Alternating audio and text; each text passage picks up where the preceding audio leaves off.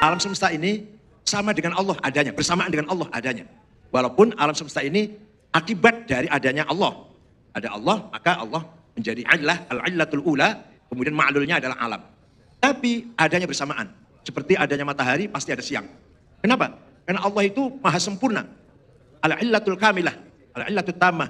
Ilat yang atau sebab yang sempurna. Kalau ada Allah belum ada alam, berarti Allah bukan tidak sempurna. Itu cara berpikir para filosof.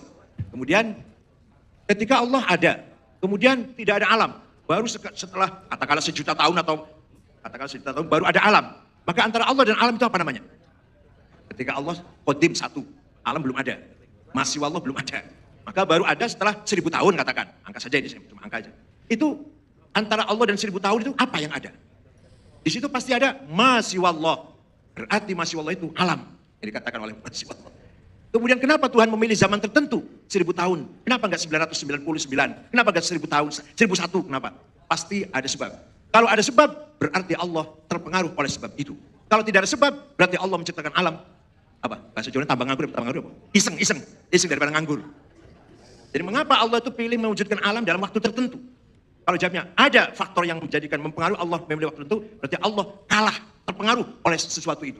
Kalau nggak ada apa-apa, berarti Allah menciptakan alam, ya daripada nganggur lah, iseng-iseng aja.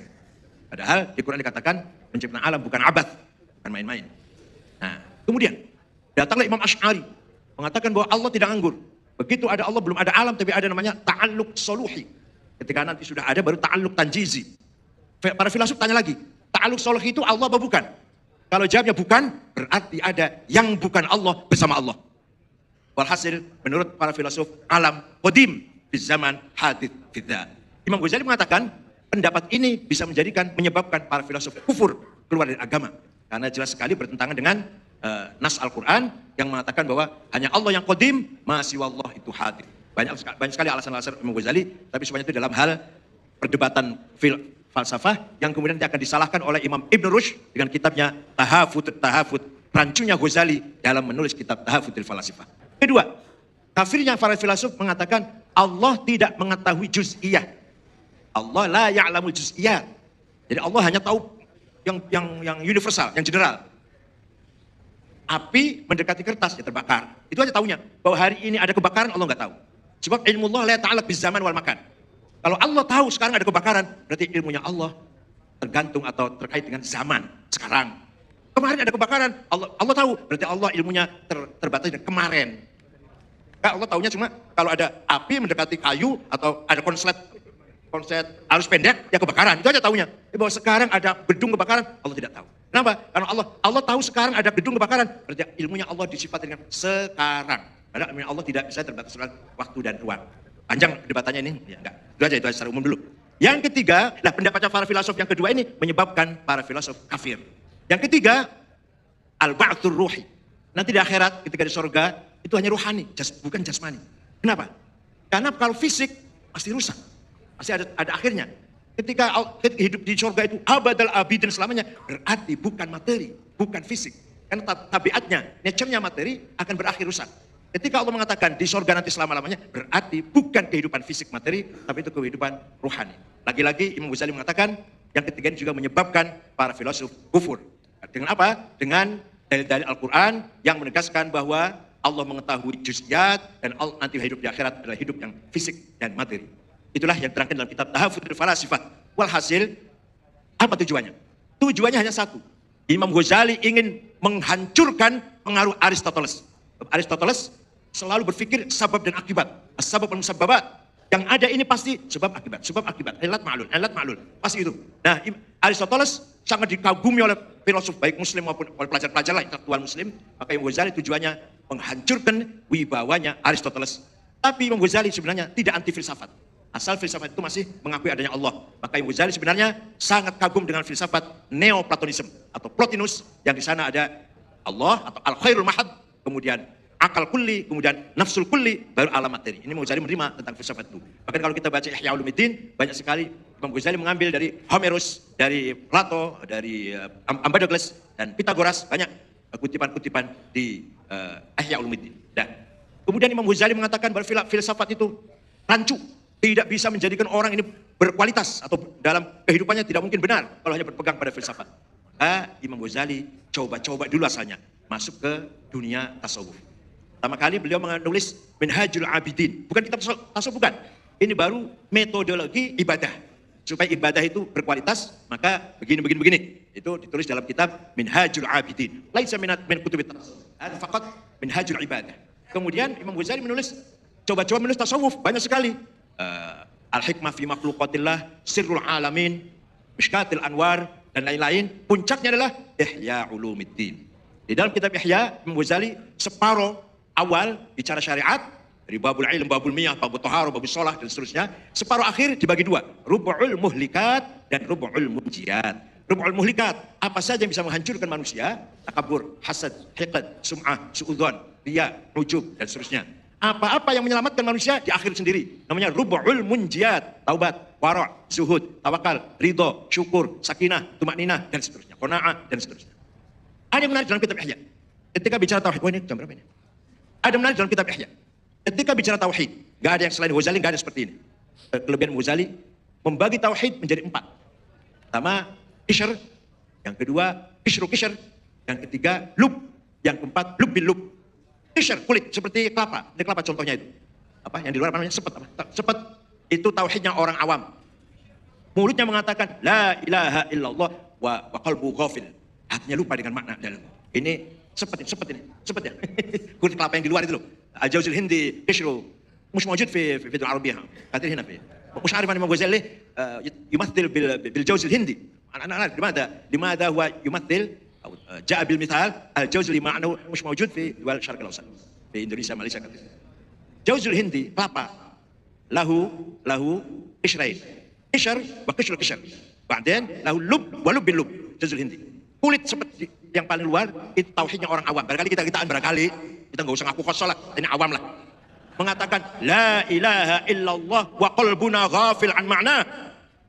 Mulut lisan hanya mengatakan la ilallah, hati kita kosong, tidak dibarengi dengan arti dan penghayatan. Itu mulut kita itu tiap hari seperti itu. Ini mulut masih halus. Kalau mau kasar cangkem kita. Al-sinatuna kadibah, al-sinatuna ghafilah, nahnu ghafalah.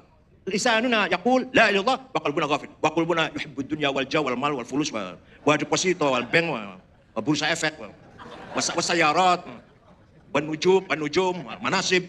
La ilaha illallah wa qalbuna fulus. Nah, kishr. Tauhid ini kishr. Wa kishr. Ada kulitnya kulit. Ini tauhidnya orang munafik. Nah, yang lub, yang isi. Ini kita-kitaan. Ya kelas menengah lah. La ilaha illallah. Hatinya lihat bahwa semua yang banyak ini bersumber dari satu, wallah. Al-kathrah allati ra'aituha bi'ain sadiratun minal ahadil wahid. Jadi ketika mulut kita mengatakan la ilaha illallah, itu artinya yang banyak ini, semua ini muncul atau diciptakan oleh satu, al-ahadul ahad. Itu masih lub itu. Nah, sekarang kalau meningkat lub bil lub, santen, menjadi santen. Apa itu? Akhirnya lub ini. Yang kelihatan cuma satu. Yang ada ini tidak ada, yang kelihatan mata. Jadi sebenarnya, kita aja. Sebenarnya kita ini tidak ada. Tapi kita ini diadakan oleh yang ada sebelum kata ada itu ada, sudah ada.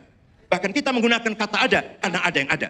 Kita menggunakan kata tidak ada karena ada yang ada. Contoh, Ahmad ada di kantor. Kita menggunakan kata ada karena Allah ada. Bukan karena kita, bukan. Ahmad tidak ada di kantor. Kita menggunakan kata tidak ada karena ada yang ada. Maka yang ada hanyalah yang ada. Saya ulangi. Belum paham. Kita ini sebenarnya tidak ada. Tapi kita ini diadakan oleh yang ada. Yang ada sebelum lapal ada, itu ada, sudah ada. Bahkan kita menggunakan kata ada karena ada yang ada. Kita menggunakan kata tidak ada karena ada yang ada. Maka yang ada hanyalah yang ada. Bahkan kita ini hanya manifest dari yang ada tersebut. Paham alhamdulillah, kayaknya nggak apa-apa belum? Nah, maka sebenarnya yang ada hanyalah Allah. Al-Qaim binafsih. Qiyamuhu bidzatih. Kalau yang adanya diadakan berarti tidak ada. Wal adam. Kalau adanya diadakan. Kita ini hanya HGU. Hak guna usaha. Kita diberi ada 70 tahun, 80 tahun, 100 tahun. Maunya berapa tahun dipinjami ada ini? Contoh, domir, pronoun, kata ganti ada 3. Ana, anta, huwa. Ana, aku. Ana Said, ana Ahmad, ana Toto, ana Sukarti, ana Zainab, ana Maryam. Paham kan? Paham ya? Silakan dipakai. Ana Ahmad, ana Sukarti, ana Abu Bakar, ana Hasan, aku Zainab, aku Maryam, aku Dewi, aku Evi. Mati semua nanti. Tinggal aku satu yang tidak mati. La ilaha illa ana. Tidak Tuhan kecuali ana. Artinya, la wujuda illa ana. Tidak ada yang ada kecuali ana, kecuali aku. Artinya, puncaknya nih, puncaknya. Artinya, la ana illa ana. Tidak ada aku kecuali aku. Aku Ahmad mati, aku Hasan mati, aku Toto mati, aku Sukanti mati, aku Zainab mati, aku Maryam mati. Tinggal aku Allah. La ana illa ana. Oleh karena itu zikirnya orang khawas, zikirnya bukan la ilaha illallah. Ana. Aku itu zikirnya yang paling top. Zikir khasah, ana. Zikirnya orang awam, la ilaha illallah. Zikir yang ulama, la ilaha illa huwa.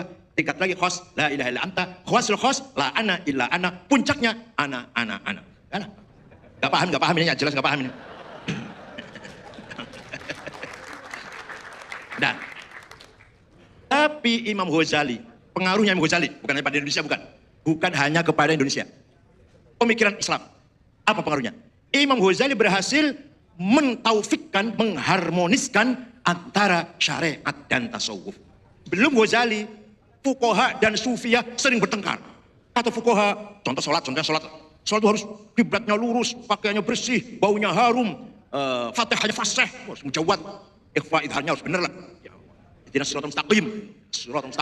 Harus begitu, harus lurus. Kata sufi, alah, kalau hatinya nggak khusyuk percuma sholat kamu itu. Sholat yang penting khusyuk. Walaupun kopiannya malang nggak apa-apa. Pakainya kaos singlet nggak apa-apa. Sarungnya cap gaji dulu 3 bulan belum dicuci nggak apa-apa.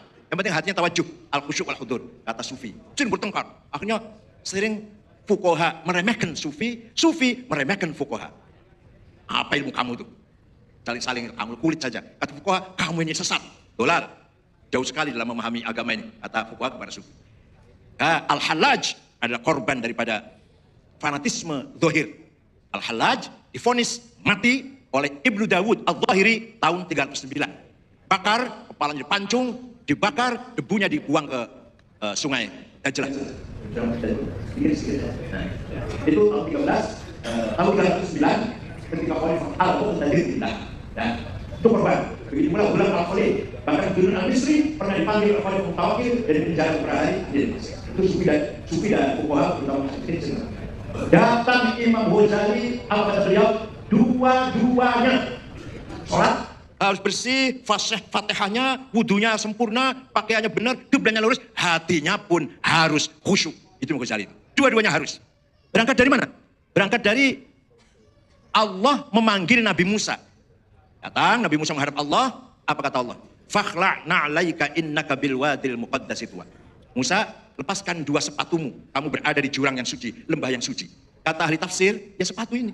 Kata sufi, ya Allah, repot-repot jauh-jauh Nabi Musa datang menghadap Allah, hanya perintah melepas sepatu. Remeh-temeh banget perintahnya. Enggak mungkin perintahnya remeh begitu. Jadi apa? Kata sufi, Nabi Musa menghadap Allah diperintah melepas 2 hawa nafsu, ghadabiyah dan syahwatiyah. Na'laik. Kata ahli tafsir, ente ngerti bahasa Arab enggak? Na'laika maknanya hawa nafsu dari mana itu? Kalau na'laika maknanya sandal, bakyat, trumpah, selop, sepatu, ceplek, apalagi? Itu bisa. Sepatu, sandal, trumpah, selop, gemparan, teklek, boleh. Tapi kalau na'laika maknanya hawa nafsu, jauh banget. Imam Ghazali berkata, dua-duanya. Nabi Musa datang menghadap Allah, sepatunya dilepas, hawa nafsunya pun dilepas. Dua-duanya. Seperti kita ketika sholat ke masjid, sepatu dilepas, hawa nafsu dilepas. Sholat kita khusyuk. Selesai sholat, sendal dipakai lagi, hawa nafsu pun kembali lagi.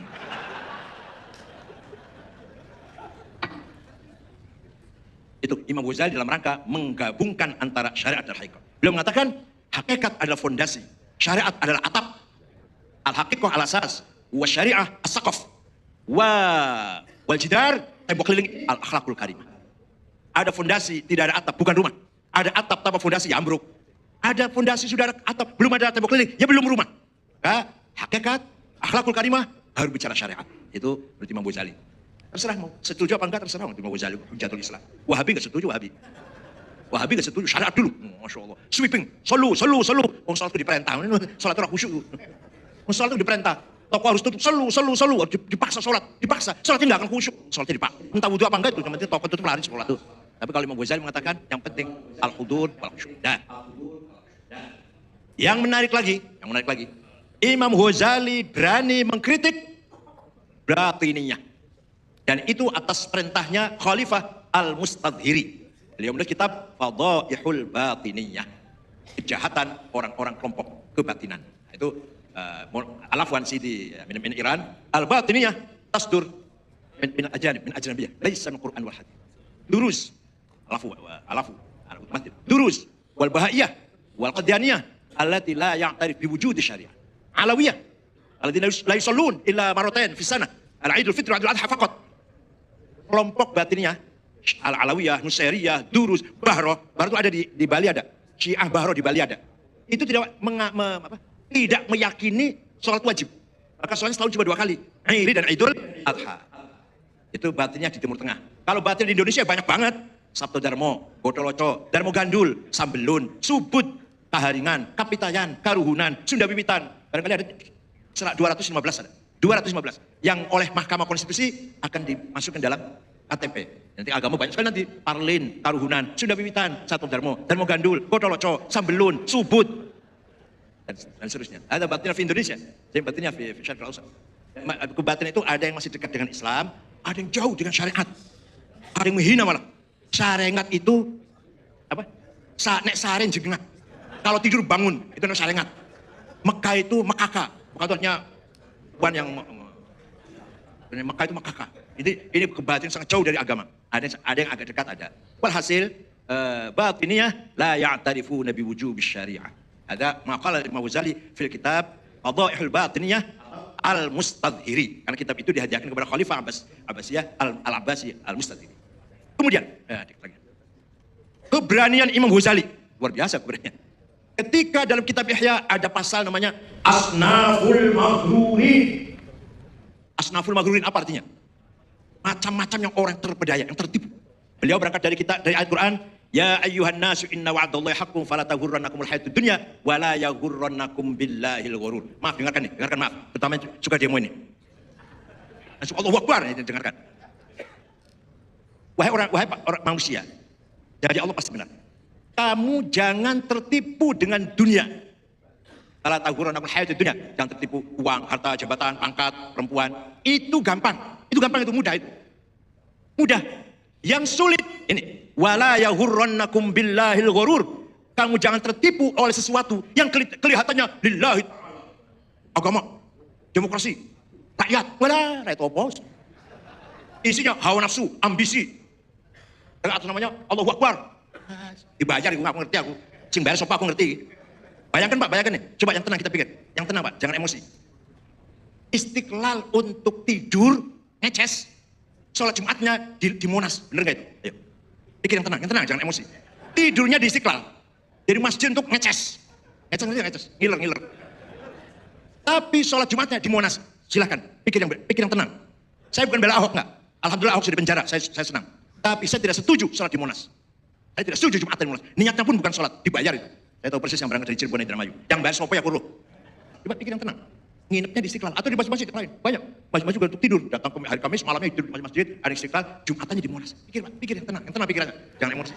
Dan itu katanya bela Islam. Ya. Katanya bela Islam. Hawa nafsu itu. Maka Imam Ghazali membagi orang yang terpedaya dengan hawa nafsunya.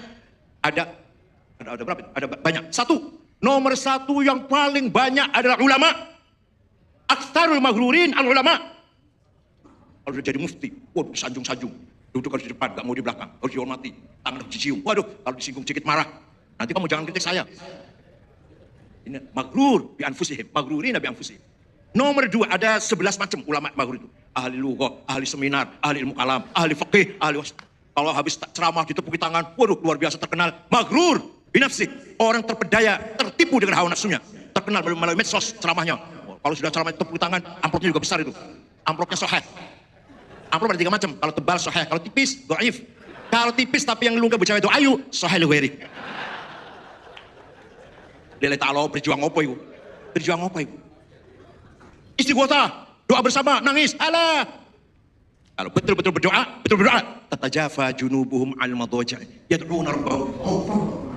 Benar-benar mendoakan bangsa ini, malam-malam bangun. Zafa junubuhum, bangun mendoakan bangsa Indonesia dengan nangis, khaufan wa tama'. Kalau hanya doa bersama di Monas, itu duit semua itu. Duit semua itu. Ini saya hanya sekedar mengelaborasi mau Ghazali nih. Saya enggak. Kalau mau betul-betul Anda mendoakan bangsa Indonesia, bangun malam. Bangun malam.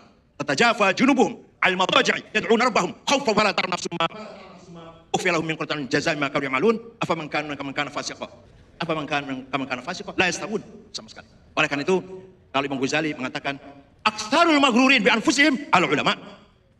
Fuqaha apalagi ahli fikih, ahli halal, ahli tanya apa saja silahkan, nanti halal semua nanti. Kawin itu bisa halal semua, bisa 11 macam. Tanpa wali ada saksi bisa, tanpa saksi ada wali bisa, tanpa wali tanpa saksi juga bisa. Fikih kan cuma untuk halal. Ya, ada lagi al-umara pejabat. Itu 6 macam. Ada 9 macam. Ada lagi al-aghniya al-maghrurun bi amwalihim. Itu 6 macam. Orang yang tertipu dengan kekayaannya. Itu 6 macam. Orang tertipu dengan jabatan 9 macam. Yang tertipu dengan ilmunya 11 macam. Astagfirullahaladzim.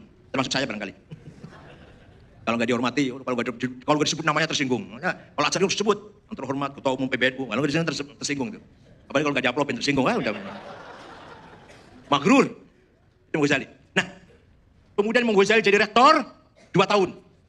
Lama-lama beliau menangis. Hidup saya ini apa ini? Apa hidup saya ini? Bangun tidur, sholat subuh, sarapan, atau wirid sebentar, sholat wirid, sholat sarapan, berangkat ke universitas, duduk di kursi meja, surat-surat tanda tangan, ngajar, selesai pulang, tidur, istirahat, bangun subuh. Apa ini? Coba bayangkan. Ayo, sampai renungkan. Hidup kita rutin sekali. Adakah setiap hari kita semakin bertambah imannya? Semakin meningkat iman kita dengan hidup rutin yang kita lakukan? Bangun tidur, sholat subuh, wirid sebentar, sarapan, berangkat kantor ya, kerjaan, pulang, maghrib pulang, makan malam, tidur, sholat isya, tidur. Banyak berkata tahajud juga. Tiap hari rutin saja. Adakah, ayo kita tanya masing-masing.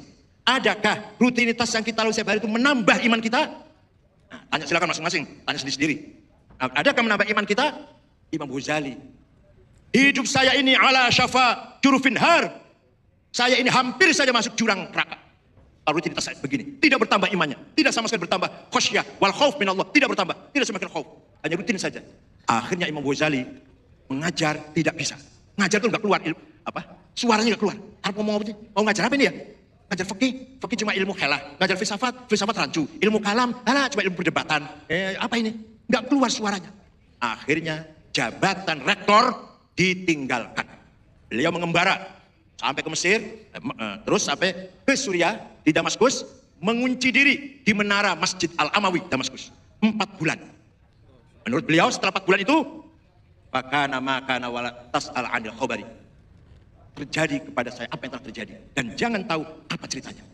Apa yang telah kau dapatkan 4 bulan itu. Nggak bisa digambarkan. Jadi kata Imam Ghazali, ada ilmu, ada sesuatu yang wujud nyata, tidak bisa ditulis, tidak bisa diucapkan, tidak bisa digambarkan. Kecuali bitajribah, dilaksanakan sendiri. Malah nyung sewu, mohon maaf. Dalam kitabnya Ayyuhal Walad, Imam Ghazali, mohon maaf, mencontohkan seperti orang jima. Orang ML. Apa? Making love. Jima. Ayo tulis. Nikmatnya orang jima. Ayo tulis. Nggak bisa. Atau ceritakan, ayo nikmatnya lu ya, paling saya dari malam jima enak sekali ya, gitu aja bukan. Ceritakan seperti apa enaknya, nggak bisa. Tapi apa? Dirasakan, tidak bisa diucapkan, tidak bisa ditulis, tapi dilakoni seorang saja ngomong kayak dilakoni.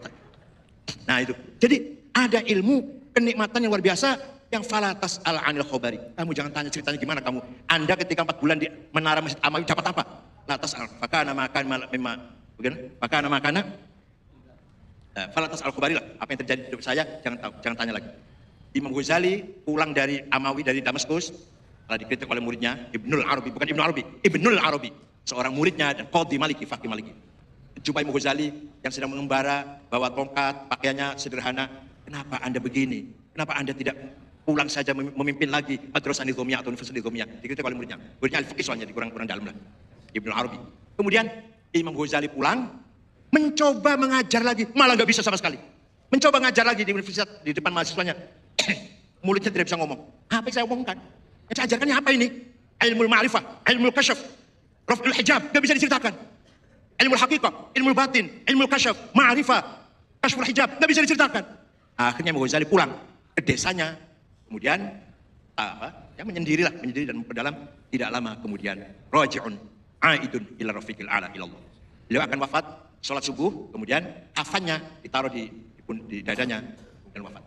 Jadi beliau sudah tahu akan wafat. Bahkan beliau mengatakan, seandainya saya umur panjang, saya akan mendalami ilmu hadis. Tapi beliau tidak umur panjang, maka Imam Ghazali bidu'ati fil hadis musjah. Beliau tidak ahli hadis. Seandainya umurnya panjang dan beliau mendalami ilmu hadis, akan muncul Bukhari kedua, insyaallah. Bukhari second Bukhari. Sayang umurnya cuma 55 tahun. Sedikit tentang kasyaf. Di dalam hati setiap manusia ada namanya dzauq, intuisi, melalui basirah. Bal insanu ala nafsihi basirah. Al-Qamar. Yang basirah ini gunanya untuk fa'alhamaha fujuraha wa membedakan mana baik mana buruk. Wa wadainahu najdain. Fattabayyana rusyd min ghayy. Basirah. Bukan basar. Ada basar. Fil qalb basirah. The eye of heart. Nah, basirah selalu menerima khawatir. Dengarkan sebentar, lagi 5 menit lagi. Ide, lintasan. Itu datang ke basirah. Ide. Khawatir bahasa Arabnya. Khawatir ada 4. Kalau menurut Maslow itu psikolog Yahudi, manusia ini binatang. Kalau ada uang, pasti ingin ngambil. Kalau orang perempuan cantik, ya pasti ingin pegang. Nah, kalau dia nggak melakukan, faktor luar. Agama, etika, adat, norma, hukum. Jadi manusia ini sebenarnya binatang buas. Kalau ada uang, yang ingin ngambil. Kalau ada perempuan cantik, yang ingin pegang. Atau tidak, ada faktor luar yang menekan. Maka orang yang taat agama, jiwanya tidak waras. Orang yang taat agama, jiwanya terganggu terus, ditekan oleh agama. Jadi kalau jiwanya normal, Pak, ya harus bebas melakukan apa saja. Itu jiwanya normal, sehat, melakukan apa saja. Nah, kata Ghazali tidak begitu. Khawatir ada 4. Khawatir robbaniyah, aide, lintasan, minallah, minar Rabb. Itu kalau kita semua dapat, kita semua sering kita juga dapat khawatir kebenaran. Maka hati mengatakan istaf qalbak al-birru matma'inna qalbuk wal ithma haka fi nafsik wa tardal bis sadr. Tanya pada dirimu sendiri, kebenaran ada dalam dirimu. Nah, khawatir kalau dari Allah ini, kita asah, kita kelola, kita pelihara, akan menjadi ilham. Ilham kita kelola, kita pelihara, kita pertajam, akan kasyful hijab. Awas jangan salah. Pemandangan kasyful hijab itu kitanya yang dibuka, bukan Allah. Ini salah kalau orang mengatakan Allah itu mahjub. Salah. Masa Allah mahjub? Mahjub dengan apa? Berarti Allah itu dihalangi oleh sesuatu yang menghalangi, menutupi. Berarti tutupnya lebih besar daripada Allah dong. Kalau Allah mahjub berarti tutupnya, hijabnya lebih besar daripada Allah. Enggak. Yang mahjub nahnu mahjubun. Kita yang tertutup, bukan Allah. Allah dekat banget, dekat sekali dengan kita. Kitanya bukan Allah yang tertutup, bukan. Kalau mengatakan Allah tertutup, nanti tutupnya lebih besar daripada Allah. Sebesar apa itu nanti? Gak bisa. Yang kita tutup. Nah, khawatir kalau kita pelihara jadi ilham. Ilham kita pelihara kasyful hijab. Puncaknya adalah ma'rifatullah, ma'rifatul haqiqah. Orang kalau sudah begini, ibadahnya, amal solehnya bukan ta'abbud, bukan taqarrub, tapi tahaqquk, thalabul haqiqah. Salatnya di thalabil haqiqah. Laisa ta'abbudiyan wala taqarruban. Ta'abbud itu ibadah supaya dapat pahala. Taqarrub mendekatkan diri kepada Allah supaya dikasih Tuhan. Kalau puncaknya tahaqquk li husul haqiqah. Ini kalau sudah khawatir rubaniyah kita pelihara. Yang kedua, khawatir malakutiyah dari malaikat. Itu ide dari malaikat kalau kita pelihara akan menjadi ilmu laduni, ilmu yakin, hakul yakin, dan ainul yakin. Allah contoh paling gampang, gak usah contoh sufi lah. Seorang seniman, al-fanan, al-ikhtarifuna, al-ghina, al-ughniya. Ada seniman ngarang lagu, coba bayangkan. Oh, hebat ya orang itu. Kok bisa menciptakan lagu? Ada pelukis, kok bisa melukis gambar yang sangat indah. Ada penyair, dari mana itu? Dari sekolah, dari bangku kuliah, bukan. Seniman datang seninya itu dari ilmu laduni boleh, atau dari khawatir malakutiyah. Contohnya seniman aja deh, gak usah, ya ulama juga bisa, contoh ulama ya, ada orang ilmu laduni yang sangat cerdas. Gus Dur masih sakit. Saya di kamar ada saya, Pak Muhaimin, Saifullah Yusuf, Pak Wisnu, Ketua Golkar Jawa Tengah, terus Cakrawardaya, mantan Menteri Koperasi. Gus Dur masih agak sakit, masih dalam penyembuhan, pemulihan. Tiba-tiba duduk apa mengatakan, aku mengkodati presiden, saya nanti jadi presiden.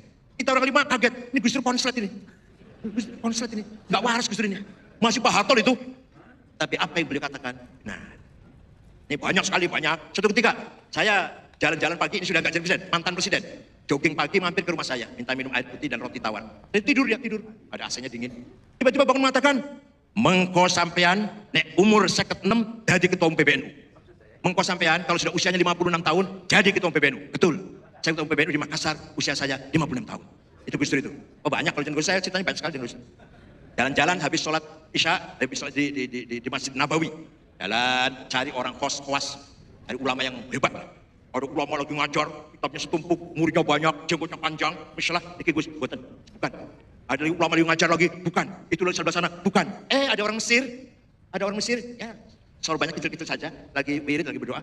Ini katanya, berhenti di situ. Nggak ada muridnya, udah sedang sendirian. Nggak ada yang menganggap ulama itu. Terus saya mengatakan, saya mengenalkan, padahal beliau juga bisa bahasa Arab, tapi yang disuruh saya. Syekh, Assalamualaikum. Saya ada Rais Akbar Jam'iyah di Indonesia, Jamiatul Ulama, ismu Adnan Wahid. Ada apa katanya? Apa yang dia mau? Ya perlu minta doa, doa. Doa apa? Ya doa selamat lah. Doa. Ya, doa, mendoakan, sudah selesai. Orang ini lari sambil sajadahnya ditarik. Sambil mengatakan begini, Ya Rob, ma dzambi hatta tu'arrifani iya.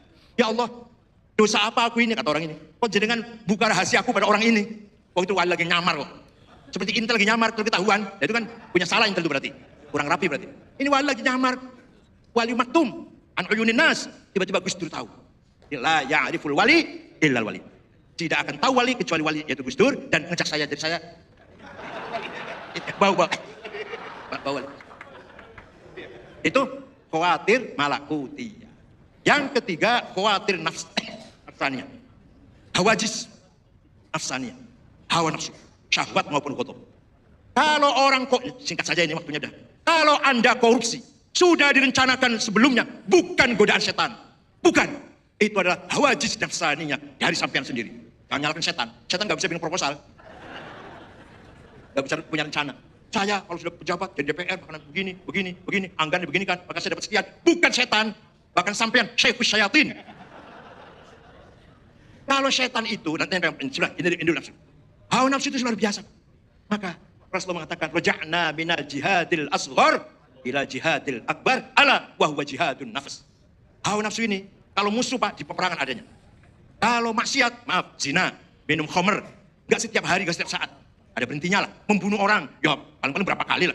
Tapi kalau hawa nafsu, di pasar, di jalan, di hotel, di sekolah, di kantor, di masjid, sedang sholat, hawa nafsunya ikut. Musuh paling besar adalah hawa nafsu. Sholat ingin dipuji, sholatnya di depan supaya dipuji, riya. Sholatnya di belakang, pinggir sendal sana, supaya tidak dipuji. Dan sholatnya di depan supaya dipuji orang, musyrik. Sholatnya di belakang, di pinggir sandal, supaya tidak dipuji orang, riya. Ada'ul amal li ajlin nas syirk wa tarkuhu li ajlin nas riya. Saya sholat supaya dipuji, musyrik.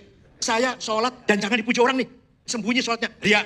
Kenapa? Karena manusia masih menjadi pertimbangan. Manusia masih menjadi apa? Masih orientasi. Sodakohnya 100 juta supaya dipuji, musyrik. Sodakohnya 10 juta aja, saya takut dipuji orang, riya. Baca Quran surahnya enak, tajwid supaya dipuji orang, musyrik. Baca Qurannya pelan-pelan, takut dipuji orang, riya. Ini kata Imam, siapa yang mengatakan diri siapa? Abu Hashim Al-Kufi. Imam Sufyan Ats-Tsauri mengatakan, maziltu ura'i hatta ajlisu bi Abi Hashim Al-Kufi. Saya tiap hari riya, kata Abu Sufyan Ats-Tsauri ini. Mujtahid, ulama besar. Saya tiap hari riya. Setelah saya duduk dengan Abu Hashim, baru tahu apa arti riya. Jadi, amal supaya dipuji orang, musyrik. Amal supaya tidak dipuji orang, riya. Supaya dikomentarin, walaupun saya besar, sholatnya di belakang. Kalau itu, dia kan itu rektor loh, masa di belakang ya, Masya Allah. Waduh banget orang itu. Pas sholatnya pinggir sendal ya. Padahal dia tuh ulama besar loh. Itu ketua PBNU loh. Dia sholatnya di belakang, pinggir sandal. Riya. Oh, sholat di depan, ketua PBNU sholatnya di depan sendiri. Musyrik. Ya, wis tengah-tengah. Nah, itu. Yang terakhir, syaitoniyah. Khawatir syaitoniyah namanya waswasah. Kalau khawatir nafsanya namanya hawajis. Khawatir nafs syaitoniyah namanya waswas. Kalau waswas itu apa? Yuwaswisu fi sudurin nas. Saya kesana mau benar, digoda, diganggu. Saya bentak. Auzubillahi. Lari setannya, nanti sana goda lagi. Jadi setan itu spontanitas. Tidak punya rencana, itu setan. Kalau punya rencana bukan setan. Hawa nafsu kita itu. Dan rencana 2 bulan yang lalu, udah dipikir, direncanakan, akan korupsi. Wah, itu bukan setan, ente yang gurunya setan malah. Setan aja geleng kepala. Ini saya nggak bisa bikin proposal ya orang ini. Saya harus berguru pada orang. Nah, di Jakarta ini banyak sekali syuyukh syayatin. Jakarta ini. Dan macam-macam syuyukh syaitan. Ada yang pakai celana, pakai dasi. Ada yang bertato, berkalung bergelang. Ada yang pakai sorban. Rata-rata syuyukh syayatin. Menurut ukuran Imam Ghazali, bukan saya, bukan. Tapi rakyat Imam Ghazali kok. Jadi Imam Ghazali berjasa besar mentaufikkan asy-syari'ah wal haqiqah. Syukron, ini kalau panjang ya enggak, 2 semester. Saya paham begini 4 tahun ya Allah. Saya paham begini 4 tahun, hasil kuliah 4 tahun. Syukran wa dumtum fil khairi wal barakati wan najah. Mohon maaf, bukan dari saya kritikan-kritikan, saya menjabarkan dari Al-Imam Al-Ghazali dalam kitabnya Ihya, terutama Asnaful Maghrur. Syukran. Jazakumullah khairan jazaa wa barakallahu lakum fikum jami'an. Assalamualaikum warahmatullahi wabarakatuh. Wassalamualaikum warahmatullahi wabarakatuh. Waalaikumsalam.